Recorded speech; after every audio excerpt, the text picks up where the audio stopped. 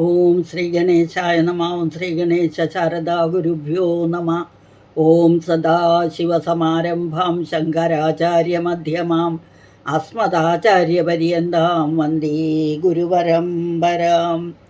ഓം ശിവം ശിവകരം ശാന്തം ശിവാത്മാനം ശിവോത്തമം ശിവമാർഗപ്രണേതാരം പ്രണതോസ്മി സദാശിവം. സർവമംഗളമാംഗല്യേ ശിവേ സർവാർത്ഥസാധികേ ശരണ്യേ ത്രംബകേ ഗൗരി നാരായണി നമോസ്തുതേ. ഓം ശ്രീ മഹാദേവ്യൈ നമ. ഓം ശ്രീ മഹാത്രിപുരസുന്ദര്यै നമ. ഹരി ഓം.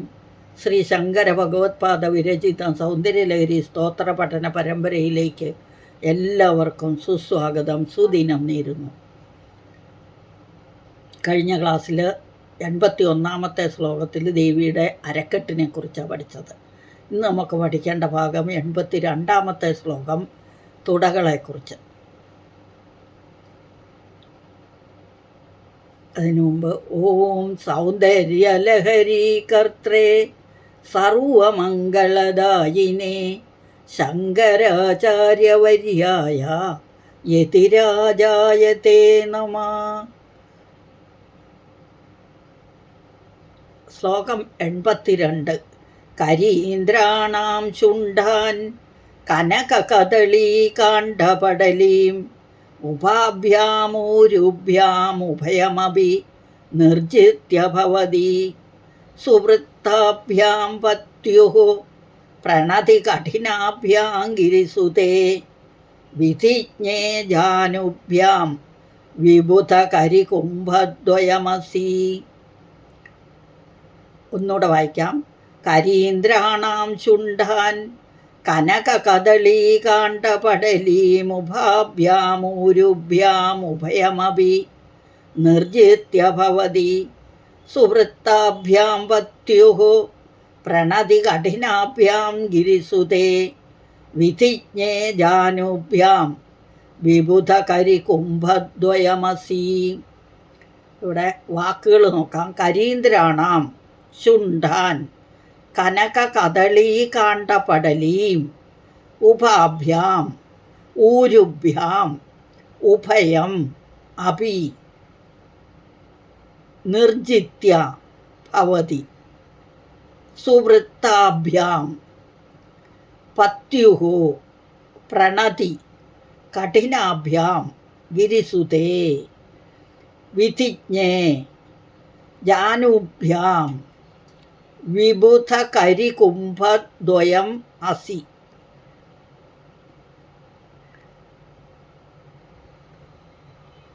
കരീന്ദ്രാണാം, കരി എന്ന് പറഞ്ഞാൽ ആന, ആനകളുടെ ശുണ്ഠാൻ, ശുണ്ഠം എന്ന് പറഞ്ഞാൽ ചുണ്ട്, ഇവിടെ ആനയുടേതായതുകൊണ്ട് തുമ്പിക്കയ്യ്.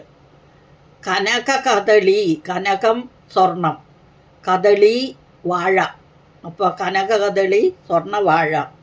കാണ്ഡപടലിയും, കാണ്ഡം എന്ന് പറഞ്ഞാൽ തണ്ട, വാഴപ്പിണ്ടി, വാഴപ്പിണ്ടിയുടെ പടലി എന്ന് പറഞ്ഞാൽ കൂട്ടം, സമൂഹം. ഉഭാഭ്യാം, ഉഭാഭ്യാം രണ്ടിനും. എന്താണ് രണ്ട്? ഊരുഭ്യാം, ഊരു എന്ന് പറഞ്ഞാൽ തുടകൾ, രണ്ട് തുടകളും. ഉഭയം അഭി, രണ്ടും അഭി നിർജിത്യ ഭവതി, നിർജിത്യ എന്ന് പറഞ്ഞാൽ ജയിച്ചു, ജയിച്ചതായിട്ട് ഭവിക്കുന്നു.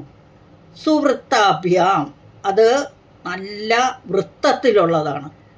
വൃത്തം എന്ന് പറഞ്ഞാൽ ഉരുണ്ടത്, വാഴപ്പിണ്ടി പോലെ ഉരുണ്ട നല്ല ആനയുടെ തുമ്പിക്കൈ പോലെയുള്ള തുടകളാണ് ദേവിയുടേതെന്ന് അർത്ഥം. പത്യുഹു, പത്യു എന്ന് പറഞ്ഞാൽ പതി, പതി ഭർത്താവ്. അപ്പം ഭർത്താവിൻ്റെ പ്രണതി, ഭർത്താവിനെ പ്രണതി എന്ന് പറഞ്ഞാൽ പ്രണമിക്കുക, നമസ്കരിക്കുക. കഠിനാഭ്യാം, കഠിനം, നമസ്കരിക്കുന്നത് കൊണ്ട്. ഗിരിസുതേ, ഗിരിമകളെ, ഗിരിപർവ്വതം, പർവ്വതത്തിൻ്റെ മകളെ. സുത എന്ന് പറഞ്ഞാൽ മകള്, പർവ്വതത്തിൻ്റെ മകളെ, അതായത് പാർവതീദേവി എന്നർത്ഥം. വിധിജ്ഞേ, വിധിജ്ഞേ വിധിയെ എല്ലാം അറിയുന്നവളെ. വിധി എന്ന് പറഞ്ഞാൽ ഭർത്തൃ ശുശ്രൂഷ വിധിയെല്ലാം അറിയുന്നവളെ. ജാനൂഭ്യാം, ജാനു ഒരു ജാനു ആണെങ്കിൽ ജാനു എന്ന് മാത്രമേ പറയുള്ളൂ. ജാനൂഭ്യാം രണ്ട് ജാനുക്കൾ, ജാനു എന്ന് പറഞ്ഞാൽ കാൽമുട്ടുകൾ, രണ്ട് കാൽമുട്ടുകൾ. വിബുധ കരി, വിബുധ കരി എന്ന് പറഞ്ഞാൽ ദേവന്മാരുടെ ആന, കരി ആനയാണല്ലോ. വിബുധന്മാർ ദേവന്മാർ, ദേവന്മാരുടെ ആനയുടെ കുംഭദ്വയം, അതായത് ദേവിയുടെ കാൽമുട്ടുകൾ. ദേവന്മാരുടെ ആനയെന്ന് പറയുന്നത് ഇവിടെ കരി ഇന്ദ്രൻ എന്നും പറഞ്ഞിട്ടുണ്ട്. അപ്പോൾ ഇവിടെ ഐരാവതമാണ്. ഈ ഐരാവതം എന്ന ആനയുടെ കുംഭദ്വയം രണ്ട് മസ്തകം പോലെയാണെന്ന് അർത്ഥം, കാൽമുട്ടുകൾ. അപ്പോൾ കരീന്ദ്രാണാം ചുണ്ടാൻ, കരീന്ദ്രൻ ആനകളുടെ ചുണ്ടം എന്ന് പറഞ്ഞാൽ തുമ്പിക്കയ്യ്. കനക കദളി കാണ്ടപടലിയും സ്വർണവാഴത്തണ്ടിൻ്റെ കൂട്ടത്തെ ഉപാഭ്യാം ഊരുഭ്യാം ഉഭയമപി, അതുപോലെ തടിച്ചു കൊഴുത്ത് ഉരുണ്ട രണ്ട് തുടകളെ നിർജിത്യ ജയിക്കുന്നു. സുവൃത്താഭ്യ, അത് ഉരുണ്ടിരിക്കുന്നു, നല്ല തടിച്ചു കൊഴുത്ത ഉരുണ്ട ഇതാണ് ദേവിയുടെ തുടകൾ, ഊരുക്കൾ, ഊരു എന്ന് പറഞ്ഞ തുടകൾ. പത്യുഹു, പതി എന്ന് പറഞ്ഞാൽ ഭർത്താവ്, ഭർത്താവിനെ പ്രണതി കഠിനാഭ്യാം ഗിരിസുതെ, കഠിനമായിട്ട് ഭർത്താവിനെ പ്രണമിക്കുന്നത് കൊണ്ട്, അല്ലയോ പാർവതി ദേവി, വിധിജ്ഞേ, വിധിയെ എല്ലാം അറിയുന്നവളെ, ജാനുഭ്യാം, ജാനു കാൽമുട്ട്, രണ്ട് കാൽമുട്ടുകളെ, വിബുധ കരികുംഭദ്വയമസി, ആനയുടെ അതായത് വിബുധകരി എന്ന് പറഞ്ഞാൽ ദേവന്മാരുടെ ആന. വിബുധന്മാർ, ദേവന്മാർ, ബുദ്ധിയുള്ളവർ, അല്ലെങ്കിൽ എന്താ അതിന് പറയുന്ന, ദേവന്മാരെന്ന് തന്നെ പറയാതവരാണല്ലോ വിബുധന്മാർ, അറിവുള്ളവർ. അപ്പോൾ കരികുംഭദ്വയമസി, ഇന്ദ്രൻ്റെ ആനയില്ലേ ഐരാവതം, ആ ഐരാവതത്തിൻ്റെ അല്ലെങ്കിൽ ആനയുടെ രണ്ട് മസ്തകം, രണ്ട് മസ്തകം പോലെ ദേവിയുടെ കാൽമുട്ട് ആണെന്നാണ് ഇവിടെ ഉപമിച്ചിരിക്കുന്നത്. ഇനി നമുക്കതൊന്നുകൂടെ വായിച്ചിട്ട് ഓരോ അർത്ഥം നോക്കി ഒന്നുകൂടെ ഇത് ചെയ്യാം. കരീന്ദ്രാണാം ചുണ്ടാൻ കനക കദളി കാണ്ഡപടലീം ഉഭാഭ്യാമൂരുഭ്യാം ഉഭയമപി, അതുവരെ ഒറ്റപ്പദമായിട്ടും വായിക്കാം, അല്ലെങ്കിൽ പടലീം എന്നവിടെ നിർത്തിയിട്ട് ഉഭാഭ്യാം ഊരുഭ്യാം ഉഭയമപി എന്ന് രണ്ടായിട്ടും വായിക്കാം.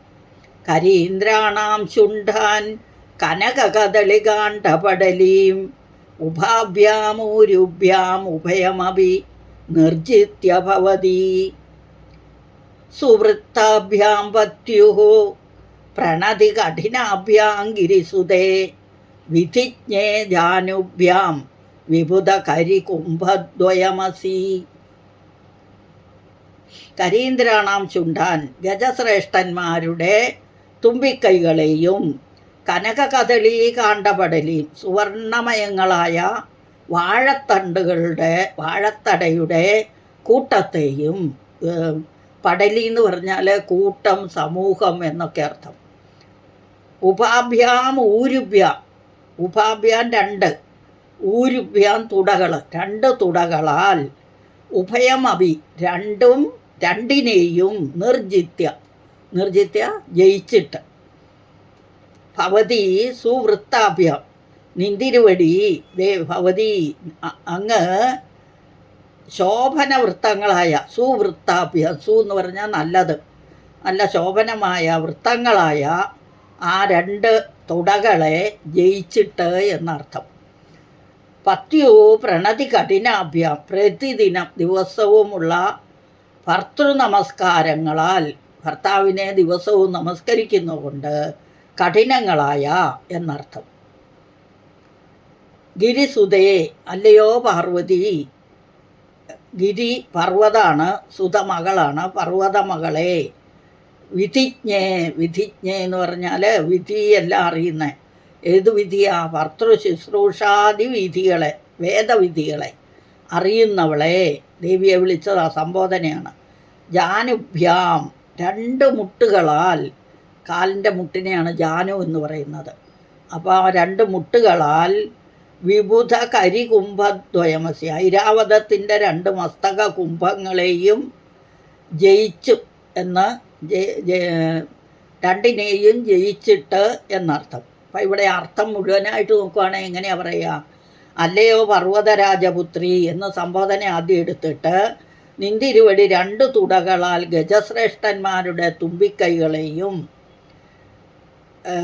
സുവർണമയങ്ങളായ വാഴത്തണ്ടുകളുടെ കൂട്ടത്തെയും അല്ലയോ ഭർത്തൃശുശ്രൂഷാദി വേദവിധികളെ അറിയുന്ന ദേവി, പ്രതിദിനം സ്വഭർത്താവായ പരമശിവനെ നമസ്കരിക്കുന്നത് കൊണ്ട് കഠിനങ്ങളായി ശോഭനങ്ങളായി ഭവിക്കുന്ന അല്ലെങ്കിൽ ഇരിക്കുന്ന രണ്ട് മുട്ടുകളാൽ ഐരാവതത്തിൻ്റെ രണ്ട് മസ്തക കുംഭങ്ങളെയും വിജയിച്ചു വിളങ്ങുന്നു.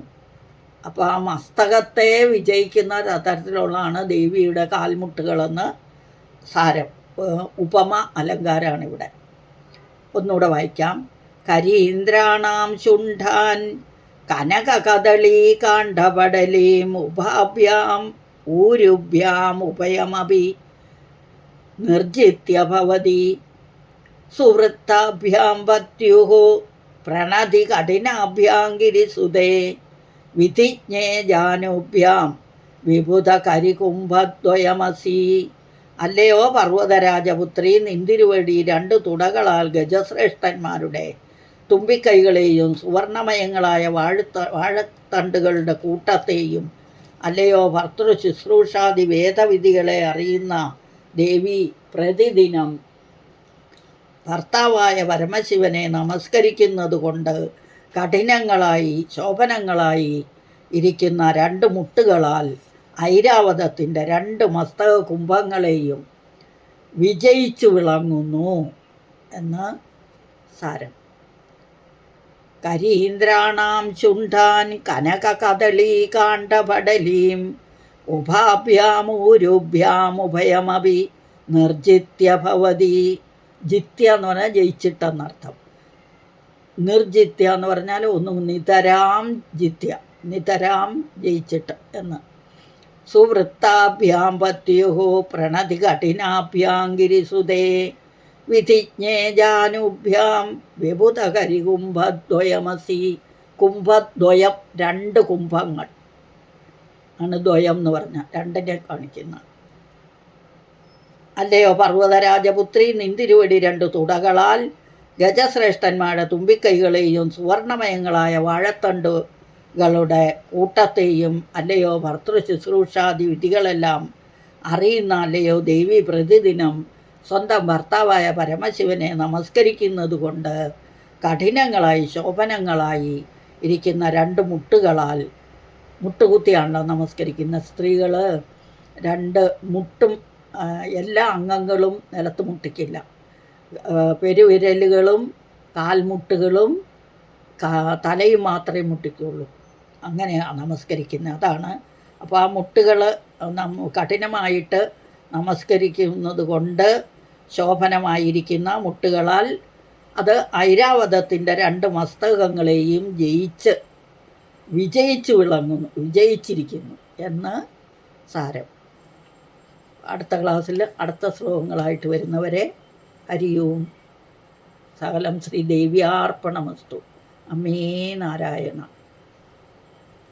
ഹരി ഓം. ഓം തത്സത്.